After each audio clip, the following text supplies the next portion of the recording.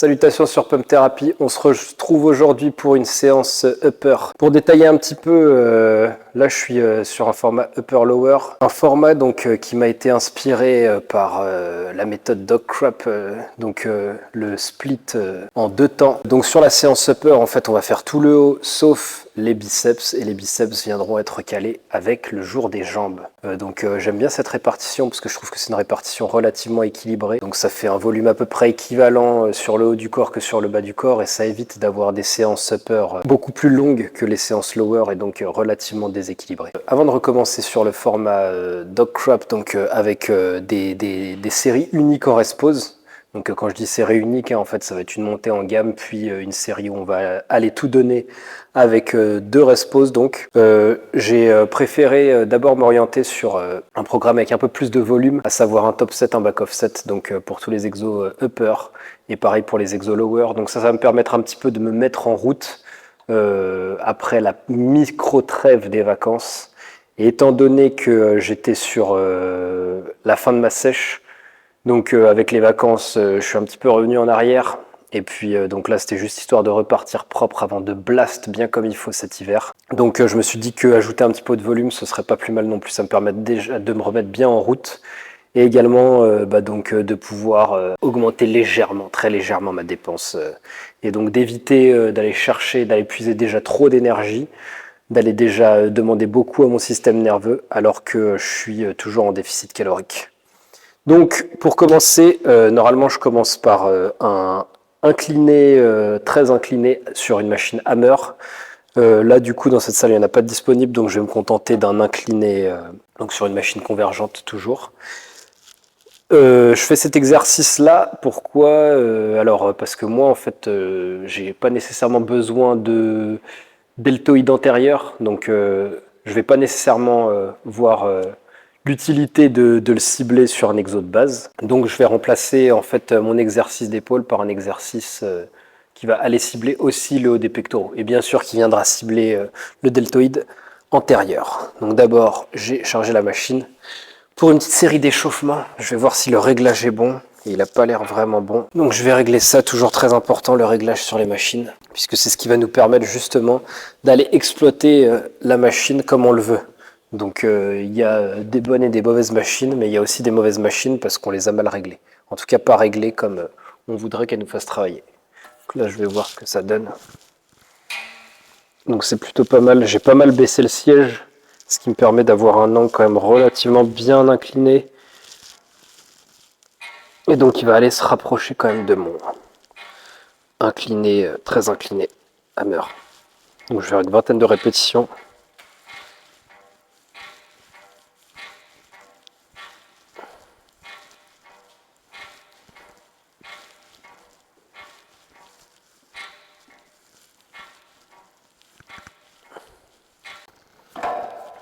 Vous avez pas mal de répétitions pour un échauffement. On avait déjà eu des remarques parce que au coucher barre, je faisais 50 répétitions pour m'échauffer. Donc moi, ce que j'aime bien en fait, c'est une fois que j'arrive sur mes séries de travail, déjà être un petit peu congestionné. Donc tout le travail que je vais faire avant, ça va m'aider à congestionner. Et donc je vais me concentrer. On va pas être du genre à vous dire qu'il faut se concentrer sur la contraction, etc. La contraction volontaire entre guillemets.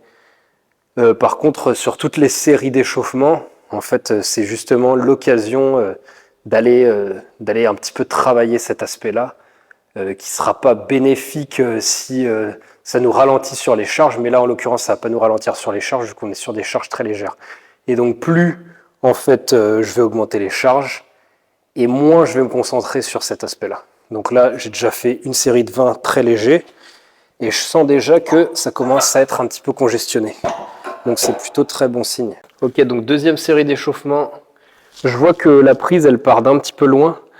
Donc là, pour l'instant, ça va, il n'y a pas lourd. Mais pour quand ce sera la série de travail, j'irai mettre quelque chose pour caler le poids et partir d'un petit peu moins loin. Donc une quinzaine de répétitions là, je pense que ça sera bon.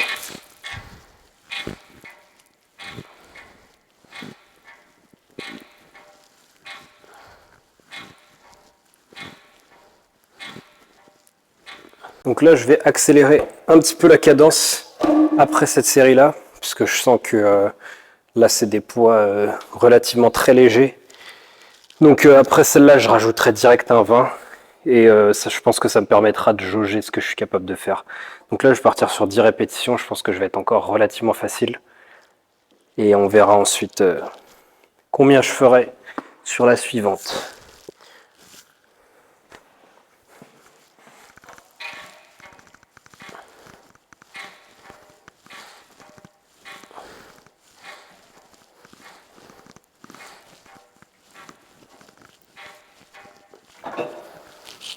Ok, 10 répétitions.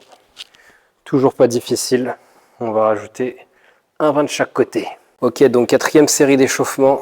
Là, du coup, on n'est pas passé par une étape de rajouter un 10 de plus. J'ai rajouté direct un 20 de plus. Je pense que je vais faire 8 répétitions ou 6. Je vais voir comment je sens la charge. Et à mon avis, à partir de là, je pourrais déterminer combien je vais mettre sur mon top 7. Donc c'est parti pour 6 ou 8, on va voir.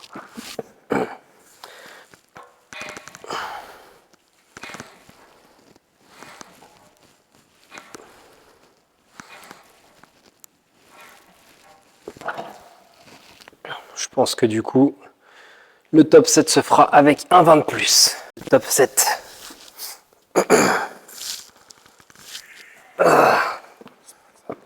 Vas-y. 1, 2, c'est bon.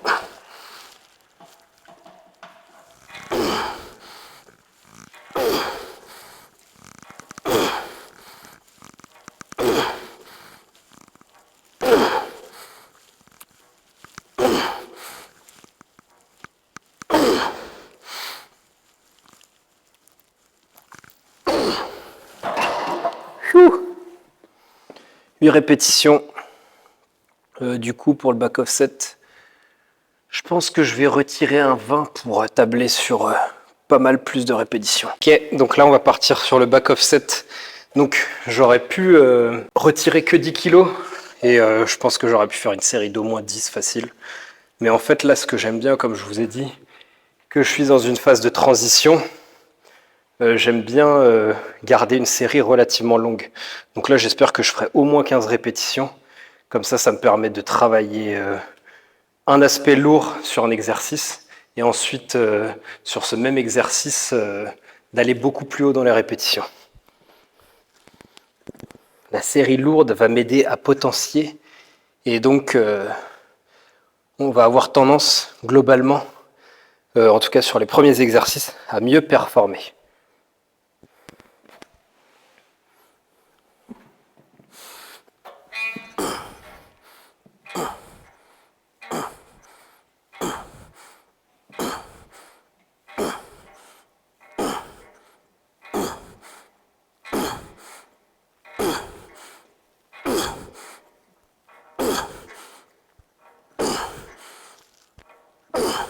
Allez.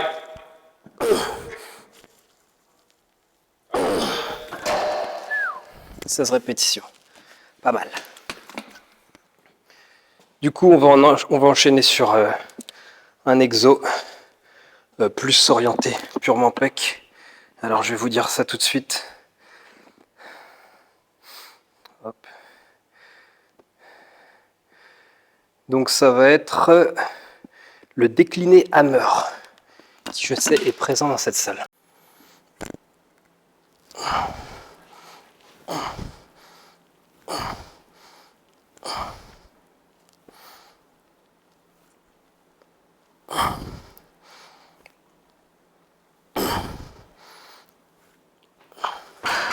Deuxième série d'échauffement faite. Donc là, je vais regarder mon petit carnet pour savoir combien je suis censé mettre. Et je suis censé mettre 3 plaques et demie. Donc c'est parti pour charger et ensuite pour le top 7. On va attaquer le top 7 là. Donc sur cette machine, j'aurais tendance à vouloir charger plus. Le danger entre guillemets de ces machines, c'est que notamment les machines déclinées par exemple, on peut très vite mettre très lourd, surtout en fonction du réglage du siège, etc. Donc moi en fait, pour éviter de me retrouver à charger toute la machine et à faire un mouvement qui va peut-être être de plus en plus douteux, ce que j'aime bien faire, c'est aller essayer de viser plus haut en fourchette de répétition. Donc là, ça va être du plus que 10. La dernière fois, j'en ai fait 13. Sachant que j'ai pas commencé par l'exercice exactement pareil, donc peut-être que ma fatigue elle est pas au même niveau, mais on va essayer d'aller en chercher au moins 14 du coup. C'est parti.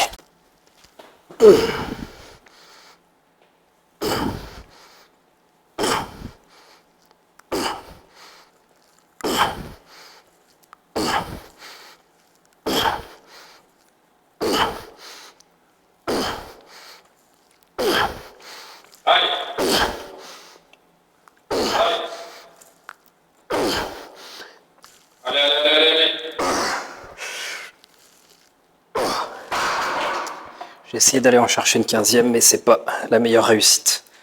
Donc 14, ça fera l'affaire. Sur mon back offset, là je me suis déjà pas mal entamé à ce niveau-là de ma séance. J'ai déjà fait 3 séries où je suis allé pousser loin. Donc mon back offset ici, je vais baisser 10 kg seulement et je vais essayer de faire mieux que mon top set. Donc la semaine dernière, enfin pas la semaine dernière, mais à ma dernière séance, j'avais fait 13 répétitions sur mon top set, 14 sur mon back offset. Donc là, j'ai réussi à faire 14 sur le top set. Donc il faut que je fasse au moins 14 sur le back offset. 15, 16, ce serait l'idéal. Donc je vais essayer de battre ça et on va voir comment ça va se passer.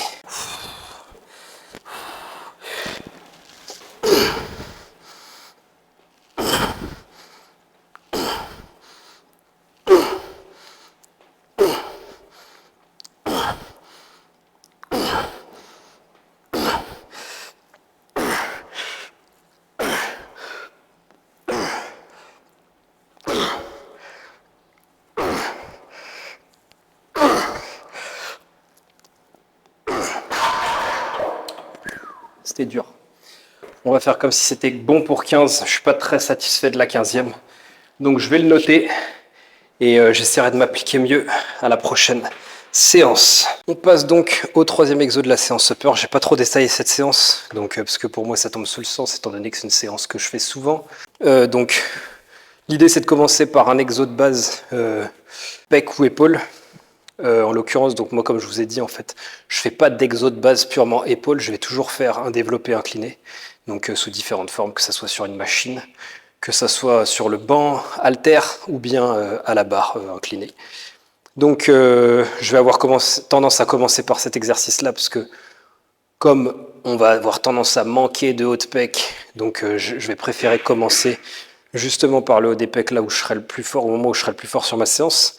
Donc on va dire que c'est un exo épaule-pec. Deuxième exo, donc ce sera un exo pec de base, que des exos de base. À part, vous allez le voir pour les épaules, j'aime bien faire quand même une petite élévation latérale. Donc premier exo épaule-pec, deuxième exo pec. Troisième exo, ce sera triceps, donc là ce sera du développé couché prise serré. Et ensuite, pour spoiler pour la suite, donc il y aura des élévations latérales. Il y aura avant ça d'ailleurs du pullover, puisque vous allez voir que comme je suis sur un modèle d'entraînement orienté dog crap et que je vais faire progressivement ma transition, donc dans cette méthode, il est préconisé de faire des étirements sous tension. Donc vous allez voir comment je mets en place ça. Avant de faire mes étirements pour les pecs, j'aime bien faire une série justement de pullover qui va venir ouvrir ma cage et déjà pré-étirer mes pecs. Ensuite, donc, il y aura un étirement pour les pecs, un étirement pour les triceps dans la foulée, vu qu'ils seront plus travaillés. Ensuite, il y aura donc 7 exercices d'élévation latérale à la machine, suivi d'un étirement pour les épaules. Et ensuite, on aura 2 exos pour le dos et étirement du dos. Donc c'est parti déjà pour les triceps. Donc là, je commence direct à 60 parce que bon, j'ai déjà 2 exercices dans la tronche, 4 grosses séries. Donc là, en fait, c'est juste pour, on va dire, me remémorer le mouvement. Et ensuite, je pense que je vais aller chercher directement mon top 7. Top 7 qui sera pas très lourd puisqu'il sera que à 100. Mais comme je vous ai dit, là, je suis dans une phase de transition où je préfère essayer de viser un petit peu plus de répétitions et travailler moins lourd pour l'instant pour pas tabasser mon système nerveux alors que je suis encore en déficit. Donc c'est parti pour une petite série de 10, juste histoire de se mettre dedans. Et après, on attaque le top 7 à 100.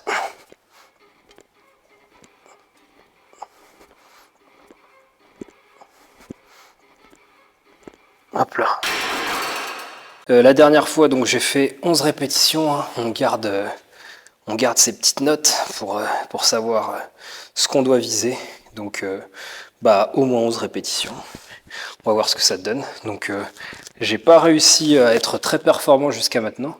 Je pense que la remise en route est un petit peu difficile et je suis déjà pas mal cramé après déjà 4 grosses séries. Donc on va voir ce que ça donne. Est-ce que ce sera facile cette semaine ou pas?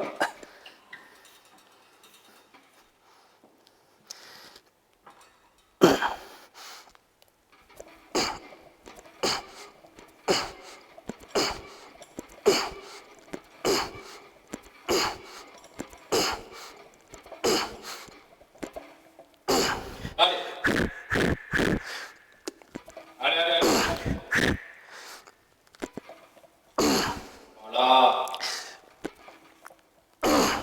Facile.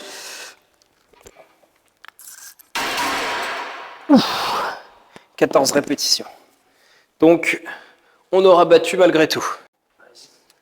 Ok, donc comme je vous l'ai dit, là, on a fini. Les pectoraux, ils seront plus retravaillés, ni les triceps. Donc, on va partir sur des étirements sous tension pour donc les pectoraux et les triceps.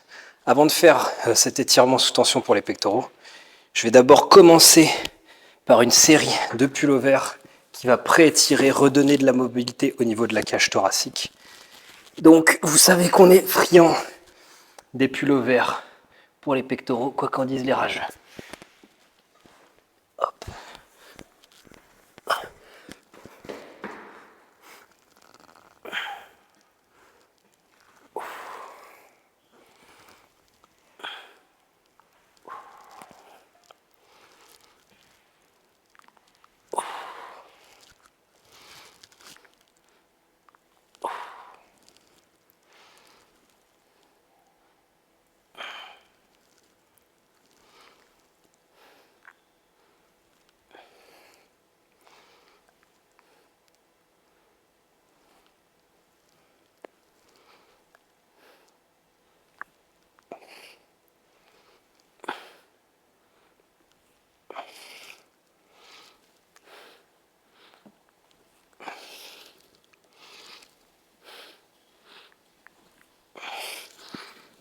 Ok, donc on est parti sur 12 répétitions, comme vous avez pu le constater, avec une petite pause en bas pour bien accentuer sur l'étirement. Et donc là, on va partir sur un étirement des pecs. Donc on va se mettre en position, en gros, d'écarté, avec les coudes beaucoup plus près du corps pour éviter de placer son épaule, son biceps, etc. dans une position précaire. Et donc on va laisser ses bras tomber pour bien étirer les pecs. L'idée, c'est de vraiment sentir les fibres qui tirent. Et si vous le faites bien, vous devriez bien le sentir.